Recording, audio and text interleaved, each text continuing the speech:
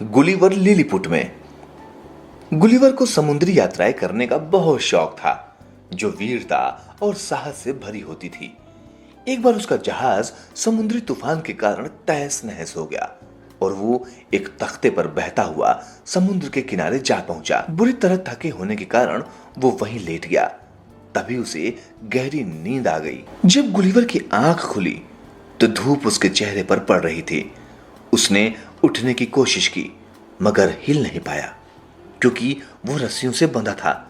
Gulliver के बाल भी बंधे हुए थे। तभी उसने कुछ आवाजें सुनी। उसे लगा कि उसके पैर पर कुछ रेंग रहा है। तभी गुलिवर ने देखा कि 6 इंच का एक आदमी उसकी छाती पर खड़ा है। गुलिवर जोर से चिल्लाया और वो आदमी उसकी आवाज से डरकर जमीन पर गिर पड़ा। तभी चारों तरफ से छोटे छोटे तीर उस पर बरसने लगे। ऐसे में वो पीड़ा से तड़प उठा। उसने बाएं हाथ में बंधी रस्सी को तोड़ दिया।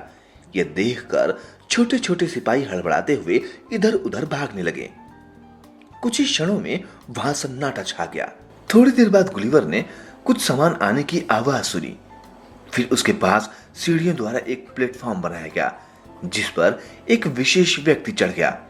उसने अच्छे कपड़े पहन रखे थे। उस व्यक्ति ने एक लंबा भाषण दिया, जिसे गुलिवर नहीं समझ पाया।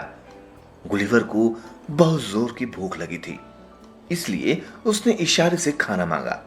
उन छोटे लोगों ने घोड़ा गाड़ियों में भरकर उसके लिए बढ़िया खाना, मांस और वाइन आदि मंगवाया, जो गुलिवर के लिए 10 कौर के बराबर था। लेकिन उसने पूरे मन से खाना खाया। फिर उन छोटे लोगों ने गुलिवर को एक बड़ी ट्रॉली पर लाद दिया और उसे खींचते हुए अपने शहर ले गए। वहां उनका राजा गुलिवर से बातें करने लगा। धीरे धीरे गुलिवर उनकी भाषा समझ गया। उसे पता चला कि वो लिलीपुट राज्य में है। शीघ्र ही लिलीपुट के राजा से गुलिवर की दोस्ती हो गई और राजा ने उसकी रस्सियां खोल दी। अब वो लिलीपुट राज्य में आजादी से घूम सकता था। लिलीपुट का राजा उससे सलाह मशवरा करने लगा।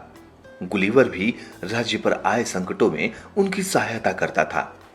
एक बार पड़ोसी राज्य ब्लेफुस्कु ने लिलीपुट पर आक्रमण करने के लिए 50 लड़ाकू जहाज तैयार किए। गुलिवर ने समुद्र में जाकर रस्सियों से उन जहाजों को बांध दिया और उन्हें खींचकर लिलीपुट ले आया। ये देखकर लिलीपुट का राजा बहुत प्रसन्न हुआ, परंतु उस राज्य के दरबारी गुलिवर से ईर्ष्या करने लगे। उन्होंने उसे मारने की योजना बनाई। जब गुलिवर को इस योजना का पता चला तो वो ब्लेफुस्कु राज्य में भाग गया। उसने उनके जहाज वापस कर दिए। ब्लेफुस्कु के राजा ने उसे बहुत से उपहार दिए और उसकी नाव बनाने में सहायता की, ताकि वो अपने घर वापस लौट सके।